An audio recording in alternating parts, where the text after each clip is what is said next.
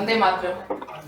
आज के इस रमणीक संध्या के प्रेरक बेला में समाज के बुद्धिजीवी की श्रेणी में प्रथम और द्वितीय स्थान में गिने जाने वाले प्राध्यापक और अधिवक्ता के समागम और स्वर्ण सम्राज्ञी समय जी के ध्वन से और कमलेश ने जो मां सरस्वती की वंदना की, इससे पुलकित यह आदरणीय कक्ष विद्वज्जनों से भरा हुआ और युवा भाई बहनों से मुख्य अतिथि के रूप में माननीय न्यायमूर्ति के विराजने से सुशोभित सम्मानित मंच आदरणीय बिहार बार काउंसिल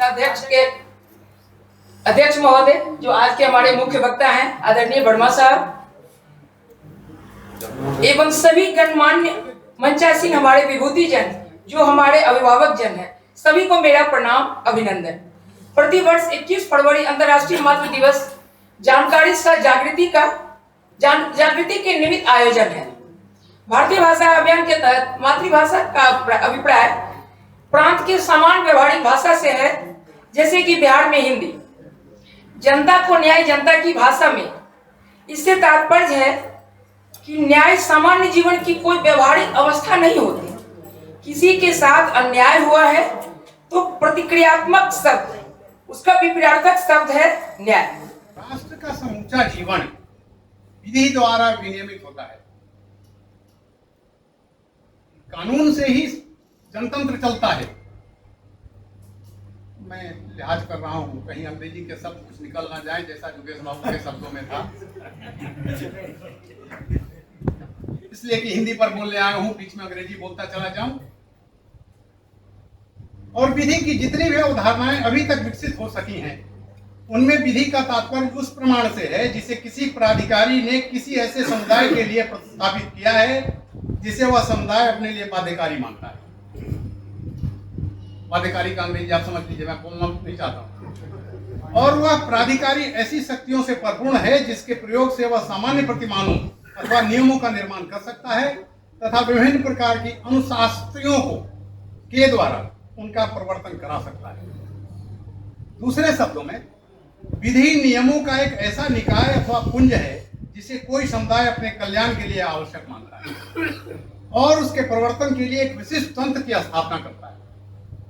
मानव जीवन के विनियमन के लिए बनाई गई ऐसी विधि यदि जनमानस की भाषा में नहीं है तो वह न्यायकारी नहीं हो सकती।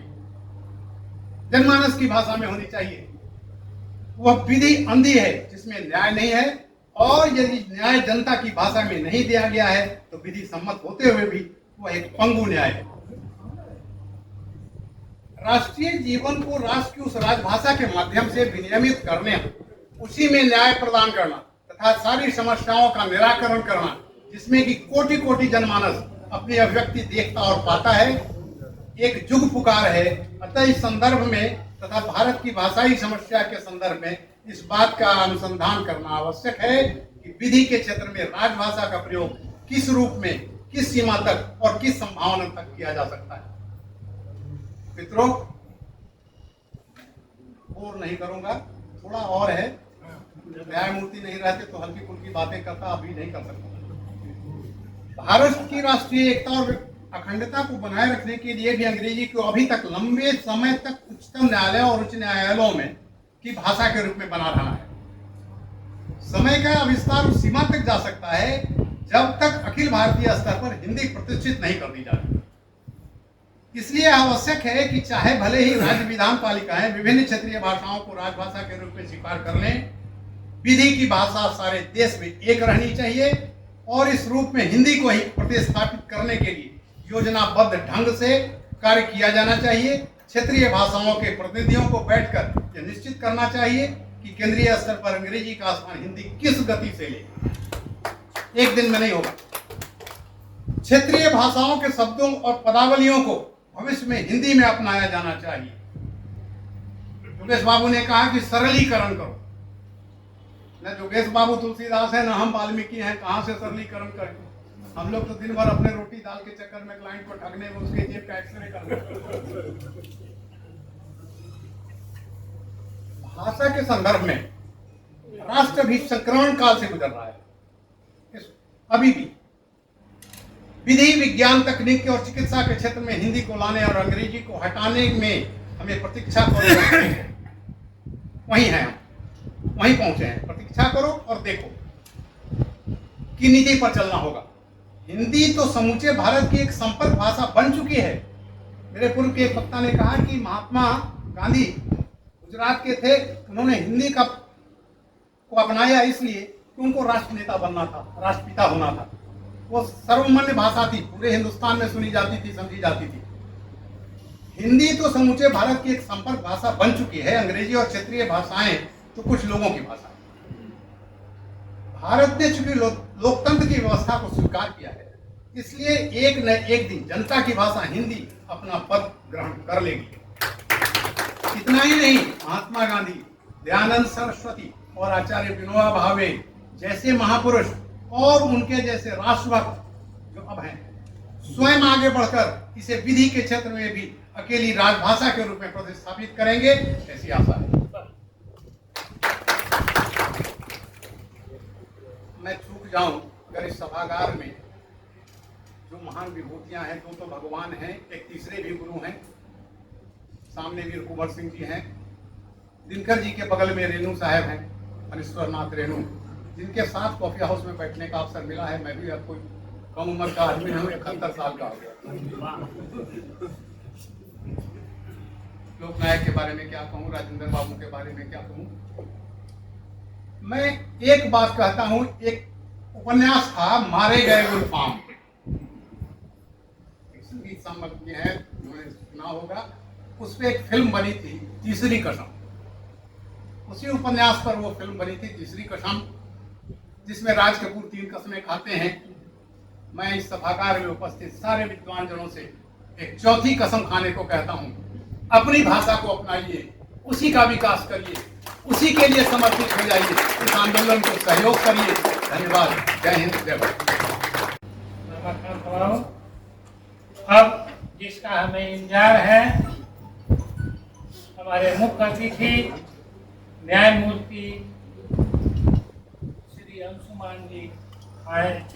उपस्थित मुख्य वक्ता श्री रामाकांत शर्मा जी, वरीय अधिवक्ता सह अध्यक्ष बिहार राज्य विधिज्ञ परिषद पटना, विशिष्ट अतिथि श्री योगेश चंद्र वर्मा जी, वरीय अधिवक्ता पटना उच्च न्यायालय सह सदस्य बिहार राज्य विधिज्ञ परिषद, विद्वान श्री शैलेंद्र सिंह जी, अधिवक्ता सह अध्यक्ष अधिवक्ता संघ समन्वय समिति पटना उच्च न्यायालय, विद्वान श्री सुरदेव यादव जी, अपर महाधिवक्ता सह सदस्य बिहार राज्य विधिज्ञ परिषद। इस सभा में अध्यक्ष डॉक्टर प्रवीण कुमार प्राचार्य, इस अनुग्रह नारायण कॉलेज के सभा में उपस्थित भारतीय भाषा अभियान से जुड़े सभी सदस्यगण, इस महाविद्यालय के आचार्यगण, सभा में उपस्थित सभी विद्वान अधिवक्तागण, विद्वान महिला एवं पुरुष। आज हम सभी पटना की इस अनुग्रह नारायण महाविद्यालय के पुस्तकालय सभागार में जनता को न्याय, जनता की भाषा हिंदी में विषय पर विचार गोष्ठी के लिए एकत्रित हुए हैं। मुझे इस बात की खुशी है कि इस सभागार में मुझे बुलाया गया और मैं गर्व का अनुभव कर रहा हूं इस बात से कि मैं खुद भी इस कॉलेज का विद्यार्थी रहा हूं और आईएससी और बीएससी फिजिक्स मैंने यहीं से पूरा किया है। उसके बाद मैंने एमएससी किया, फिर लॉ के फील्ड में आ गया।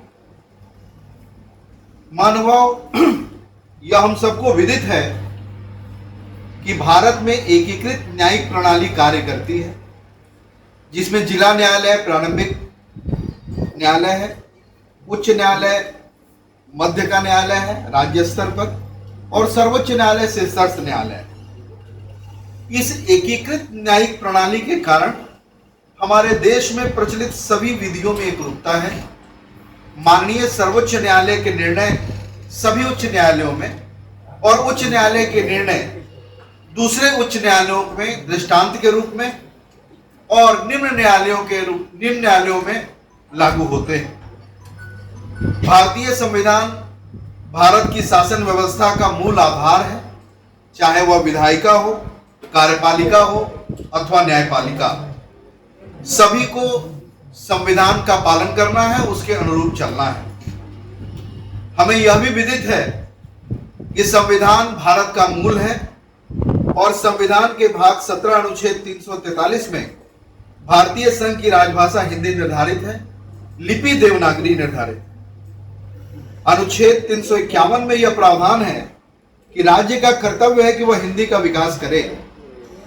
यद्यपि अनुच्छेद 351 में दिए गए प्रावधान निर्देशिका प्रकृति के हैं, डायरेक्टरी प्रकृति के हैं, आज्ञापक मैंडेटरी प्रकृति के नहीं, फिर भी कई मामलों में माननीय सर्वोच्च न्यायालय ने 351 के प्रावधानों को अप्रभावकारी बनाने वाले आदेशों को अवैध घोषित किया है।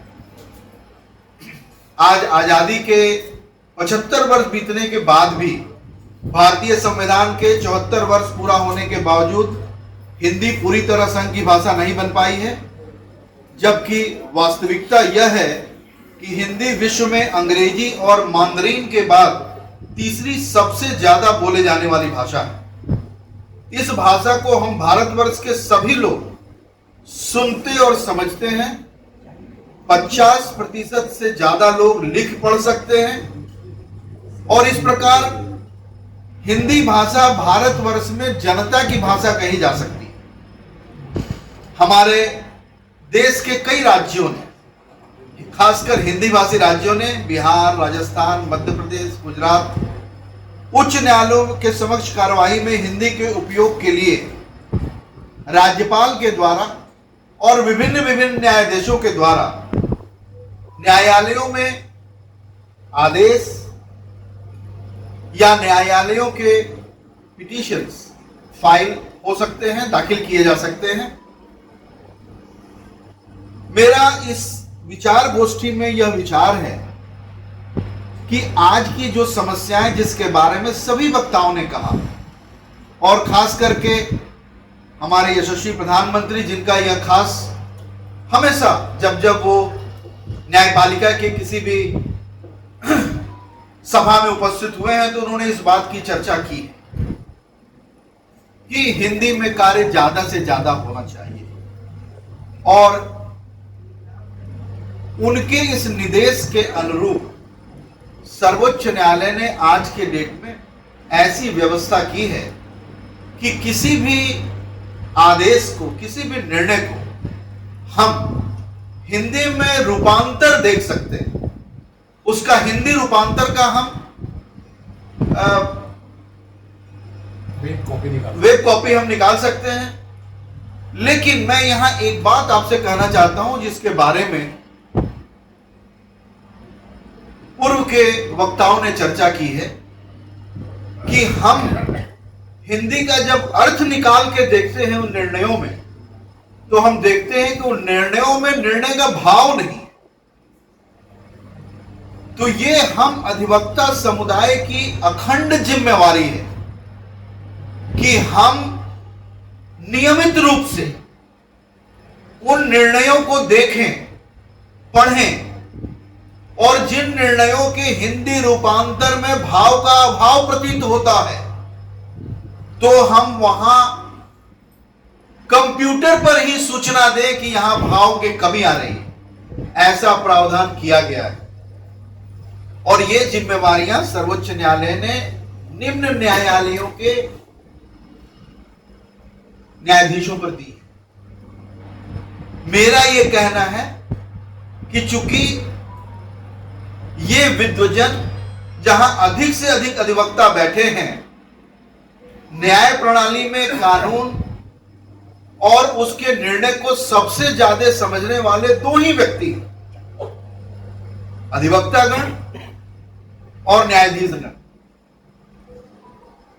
तो ये दोनों की जिम्मेवारी है कि उन निर्णयों को हम देखें और हमें जहां प्रतीत हो कि हां इसमें भाव की कमी है तो उसकी चर्चा हम करें और उसमें सुधार कर सकें।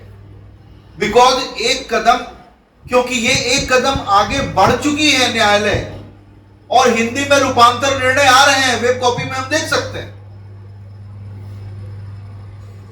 मेरा एक और अनुरोध है, चूंकि इस सभा में आचार्यगण भी बैठे हैं, कि आचार्यगण भी प्रोत्साहन दें कि विद्यार्थी हिंदी में ज्यादा से ज्यादा काम करें, क्योंकि यही वो विद्यार्थी अधिवक्ता होते हैं। यदि वह अधिवक्ता फिर न्यायाधीश होते हैं, उन्हीं न्यायाधीश में से कुछ लोग न्यायमूर्ति होते हैं जो उच्च न्यायालय सर्वोच्च न्यायालयों में काम करते हैं। मैं अपने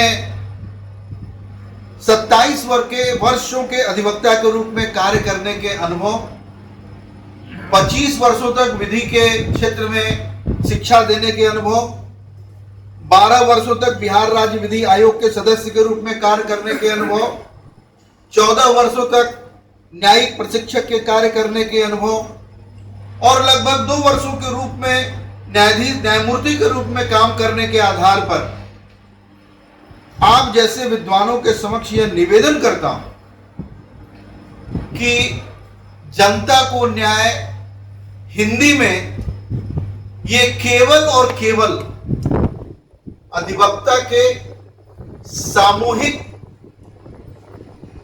प्रयास से संभव है।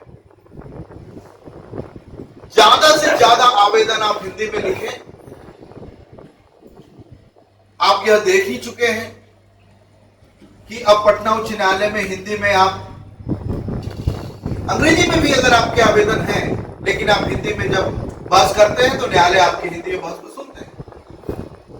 और मुझे इस बात का गर्व है कि हिंदी के प्रति प्रेम का आग जो इंद्रदेव जी के हृदय में पैदा है और जल रहा है, जहां से ये अग्नि इन्होंने जलाई है अपने अंदर, मैं भी उसी अधिवक्ता के चैम्बर में रहकर वकालत हमने सीखा है। और अपने आरंभिक दिनों में जब हिंदी में आवेदन दाखिल होता था और हम लोग हिंदी में आवेदन दाखिल करते थे तो न्यायालय कहती थी कि इंग्लिश हिंदी दोनों करें, और ये सारा बजट क्लाइंट पे जाता था और क्लाइंट की उस पीड़ा से ये चैम्बर के सीनियर ने तय किया कि नहीं ठीक है, रहने दो, हिंदी में, इंग्लिश में ही रहने दो। लेकिन मेरे चैम्बर में अभी भी सैकड़ों ऐसे आवेदन हैं जो हिंदी में है। इसलिए मैं न्यायमूर्ति के रूप में इस सभा में आश्वासन देता हूं कि अगर मेरे सामने हिंदी का कोई आवेदन आएगा तो मैं हिंदी में निर्णय दूंगा।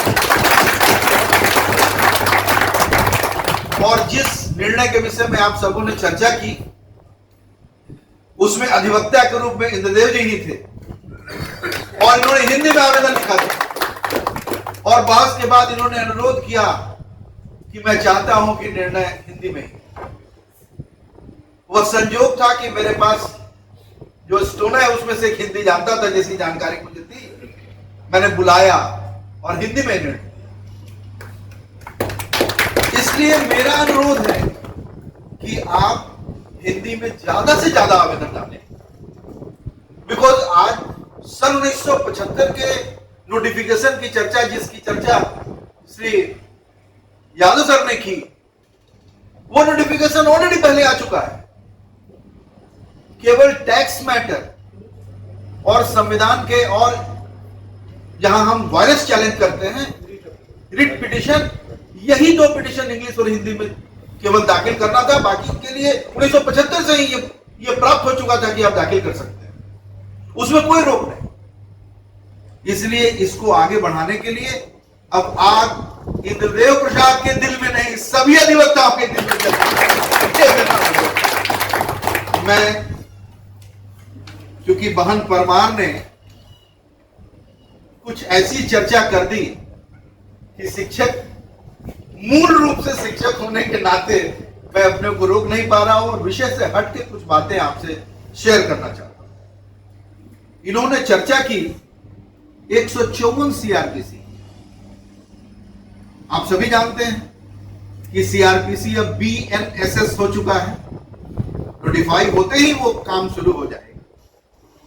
तो धारा 154 अब बदलकर धारा 173 हो चुकी है और उसमें 2 बातें, वैसे तो कई बातें उसके अंदर नई बातें आई हैं, लेकिन जो बातें, जो दो नई बातें हैं जो आने वाले समय में वकालत को झंझावात कर देने वाली हैं, वो आपसे शेयर कर देता हूं। पहली बात तो यह है कि हम 0 FIR की बात करते थे, तो 0 FIR आज के डेट में धाराओं से लीगलाइज हो गया। कोई FIR कहीं भी हो पाएगा।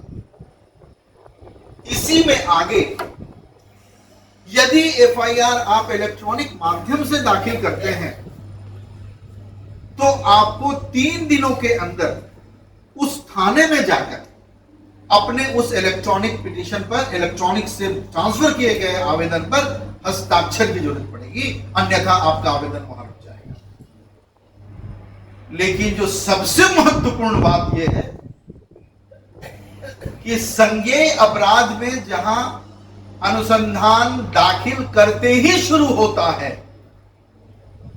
वहां पर एक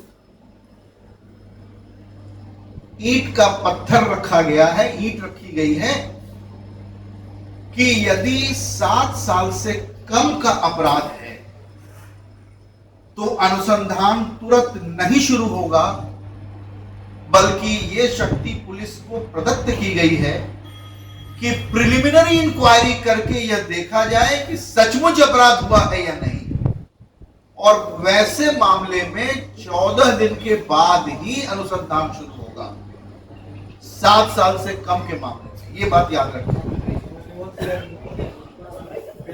वो 173 में ये प्रोविजन आए हैं, और उसके अलावा क्रिमिनल ज्यूरिस्प्रूडेंस को बदलने वाला एक और धारा है जिसका उपयोग सिविल कोर्ट में बखूबी होता है, वो है धारा 200। धारा 200 के अंदर जो कंप्लेन दाखिल होते हैं, हम सभी जानते हैं, वो कंप्लेन सामान्य रूप से जब हम लोग पढ़ते थे या नया नया वकालत हम लोगों ने शुरू किया था तो समझते थे कि 200 का कंप्लेन का मतलब कंप्लेन होगा, गवाही होगी, इंक्वायरी विटनेस होगा, संज्ञान होगा। जब थोड़ी उसमें गंभीरता आई, थोड़ा ध्यान से देखे, तो हम लोगों ने देखा कि साहब धारा 200 में जो कंप्लेन है, जो परिवाद है, उसमें 4 तरह के परिवाद दाखिल हो सकते हैं। एक परिवाद तो वो जो प्राइवेट व्यक्ति कर रहा है, दूसरा परिवाद वो जो ऑफिशियल्स कर रहे हैं, और जहां ऑफिशियल्स कंप्लेन कर रहे हैं उसमें गवाही की जरूरत नहीं, संज्ञान होता है सीधे। वैसे कंप्लेंट जो कोर्ट के द्वारा हो रहे हैं उनमें भी संज्ञान सीधे होगा। वैसे मामले जहां 340 से संज्ञान है, कोर्ट के आदेश पर हुए हैं, वैसे में भी संज्ञान होगा। लेकिन 200 CRPC BNSS में 223 हो चुका है, और उसमें यह प्रावधान है कि संज्ञान लेने से पहले अभियुक्त को सुना जाएगा, जो कि पहले नहीं। तो ये आने वाला समय में आप कैसे अपने को तैयार करेंगे, ये आपको मैं भाई शैलेंद्र जी ने एक बात कही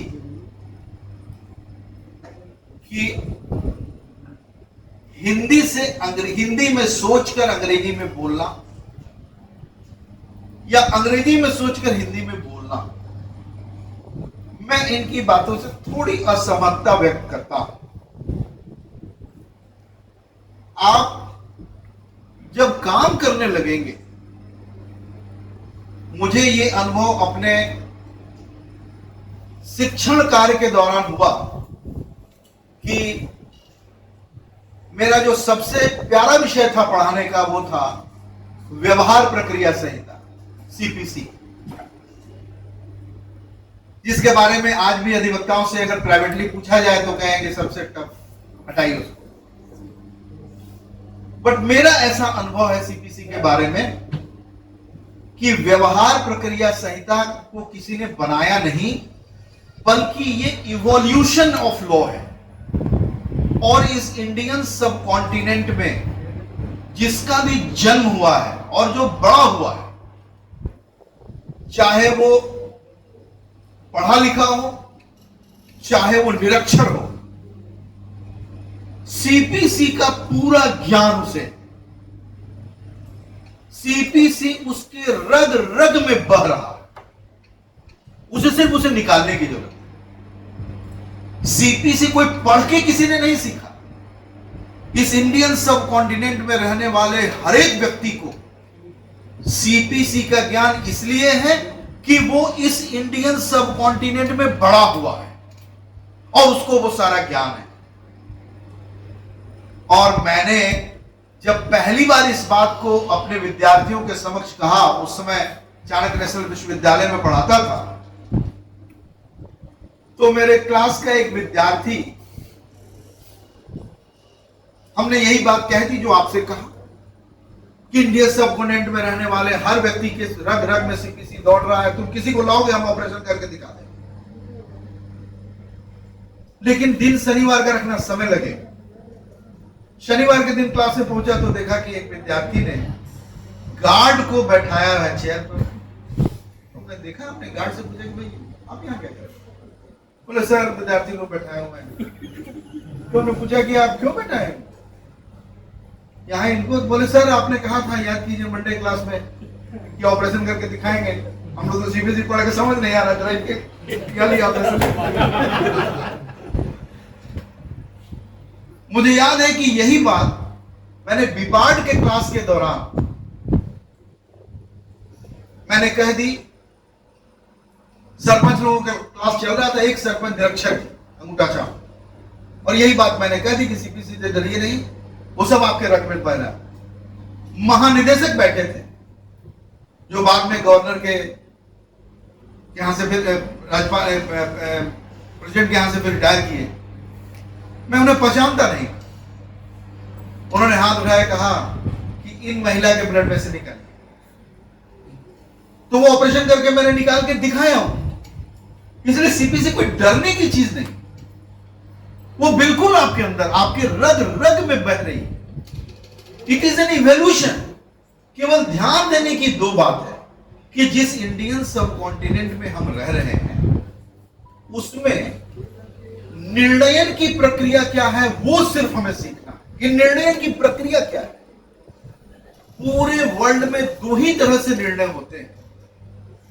एक निर्णय होते हैं एडवर्सियल सिस्टम्स और दूसरा निर्णय होता है इनक्विजिटोरियल सिस्टम्स। हमारे भारतवर्ष में इनक्विजिटोरियल सिस्टम लागू नहीं।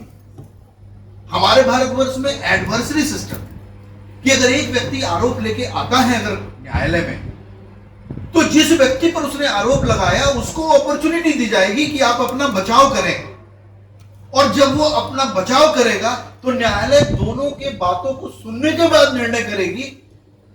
वो निर्णयन करेगी, दैट इज निर्णयन की इंग्लिश एडजुडिकेशन करेगी। This is the methodology. और इनक्विजिटोरियल सिस्टम में है कि एक व्यक्ति न्यायालय में जाएगा और न्यायालय ही उस पर रिसर्च करेगी। कुछ मामले इनक्विजिटोरियल सिस्टम के हमारे यहां नेशनल ग्रीन ट्रिब्यूनल ने डिसाइड किया है कि साहब ये पब्लिक इशू है और इसमें सिस्टम को स्वयं लग के सर्च करना पड़ेगा, अन्यथा हमारा भारतवर्ष एडवर्सरी सिस्टम को फॉलो करता है। आप सभी थके हुए हैं, ज्यादा समय नहीं लेकर इंग्लिश और हिंदी वाली बात पर कहते हैं कि क्लास में जब जाते थे तो लड़के कहते थे कि सर इंग्लिश में पढ़ाएंगे या हिंदी में पढ़ाएंगे, या हमने पूछा कि इंग्लिश में बोले या हिंदी में बोले। कुछ लड़के कहते थे कि इंग्लिश में बोलिए, कुछ लड़के कहते हिंदी में बोलिए। तो हमने कहा कि भाई सुन लो, इंग्लिश का पीएचडी किया हुआ अभी व्यक्ति अगर लॉ के क्लास में बैठेगा और उसको अगर हिंदी में लॉ पढ़ाया जाएगा तो उसका सर उतना ही भारी हो जाएगा जितना इंग्लिश के पीएचडी किए हुए व्यक्ति के सामने अगर इंग्लिश बोला जाए। और नहीं तो सुन लो, हम तुमको डिग्री का डिफिनेशन ही कर देते हैं, इंग्लिश वाले भी सुन लो, हिंदी वाले भी सुन लो।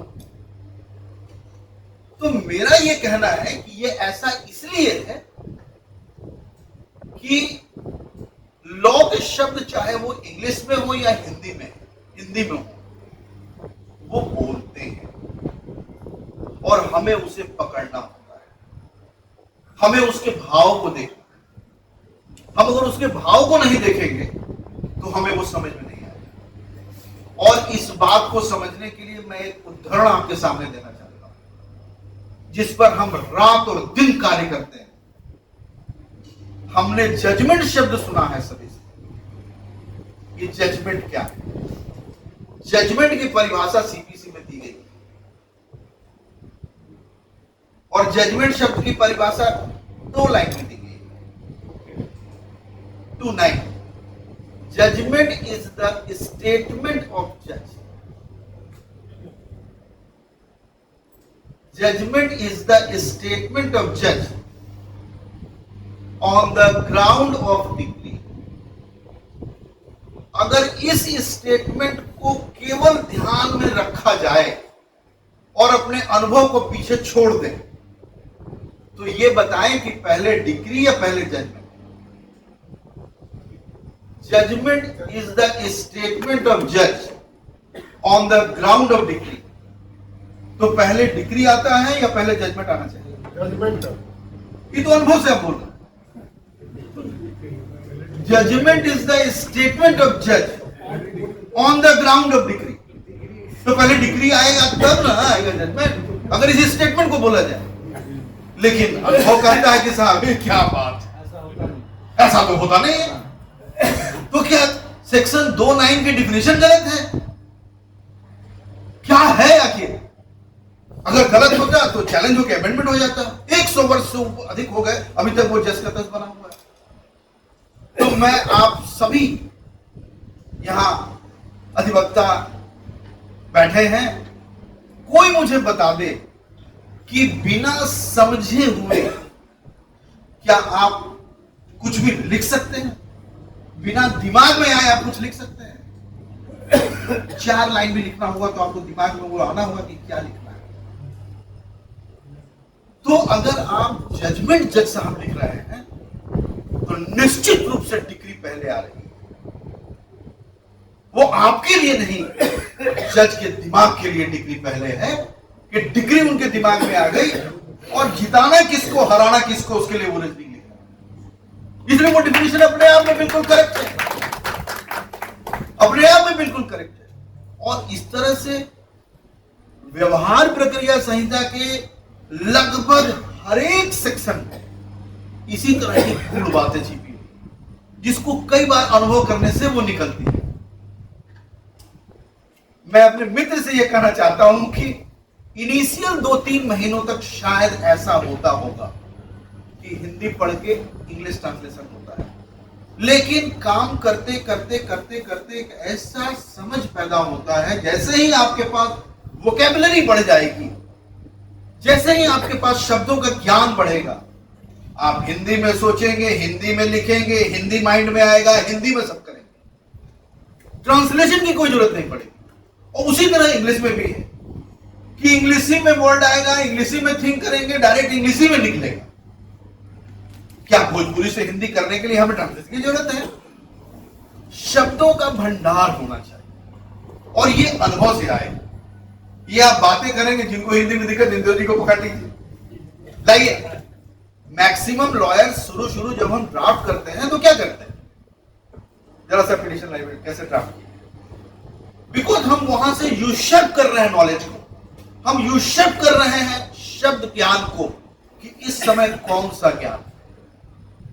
तो अगर हिंदी में आपको काम करना है, हिंदी में बढ़ाना है अपने कैपेसिटी को, तो हिंदी के ज्यादा से ज्यादा पिटीशन आपको देखने हैं। और ये बात मैंने अनुभव की है।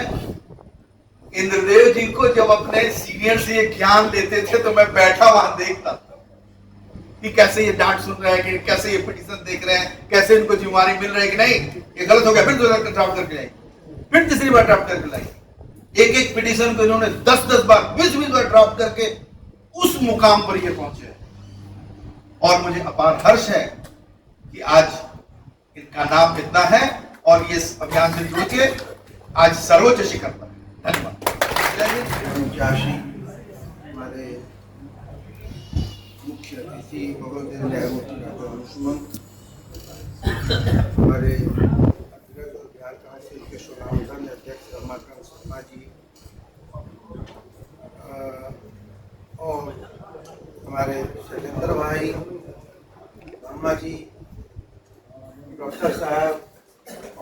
आज भारतीय भाषा अभियान की तरफ विविधता और बहुभाषिता को बढ़ावा सर्वप्रथम इस मंच पर आसीन मुख्य अतिथि न्यायमूर्ति डॉक्टर अंशुमन का सर्वप्रथम धन्यवाद ज्ञापित करना चाहता हूँ। उन्होंने अपने व्यस्ततम समय में भी हम लोगों के अनुरोध को स्वीकार कर इस कार्यक्रम में आने की महती कृपा की।